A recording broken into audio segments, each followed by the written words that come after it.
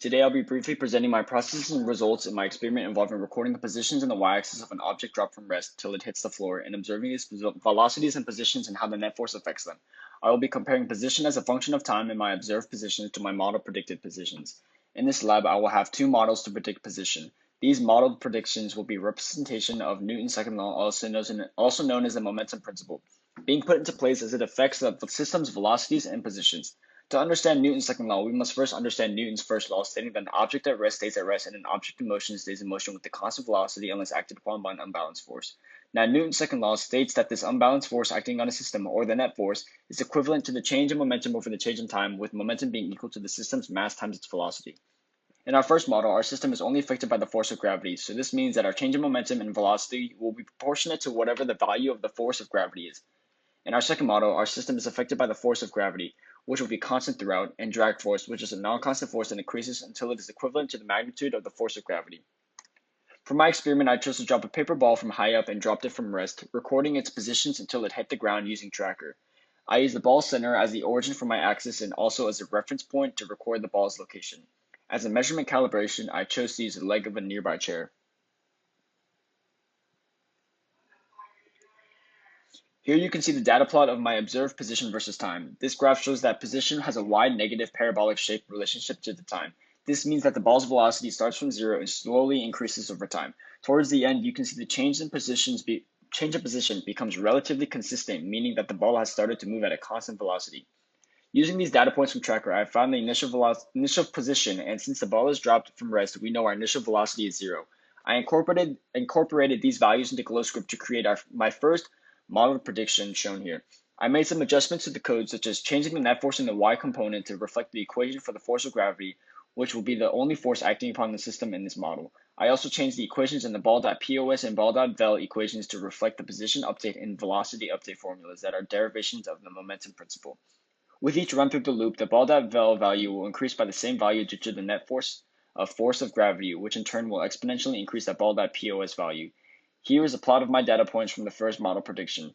You can see the parabolic shape of the position graph due to the constant change in velocity. Now with my second model, I use the same initial position and velocity values as the first model.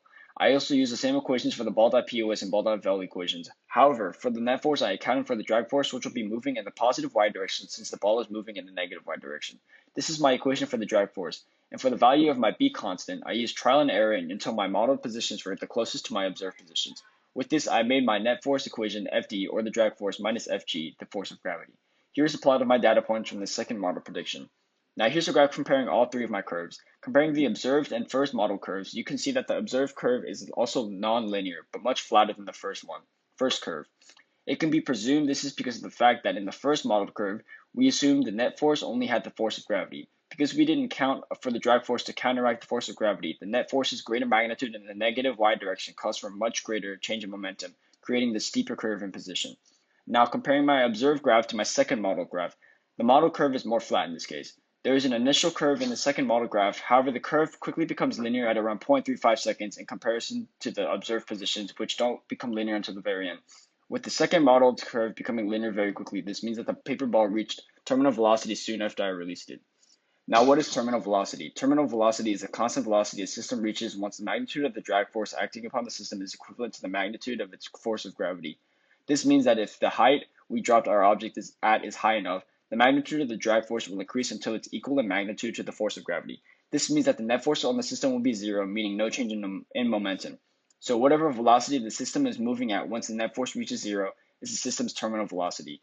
In this case, our two model predictions, the second one, in this case with our two model predictions, the second one with both forces accounted for can be used as a prediction for our system's terminal velocity. In our first model prediction, that only accounts for gravity, the velocity would be increasing at a constant rate, meaning that no terminal velocity is reached. However, in our second model prediction, we can see that the drag force slowly reaches the magnitude of the force of gravity, leading to the system's terminal velocity.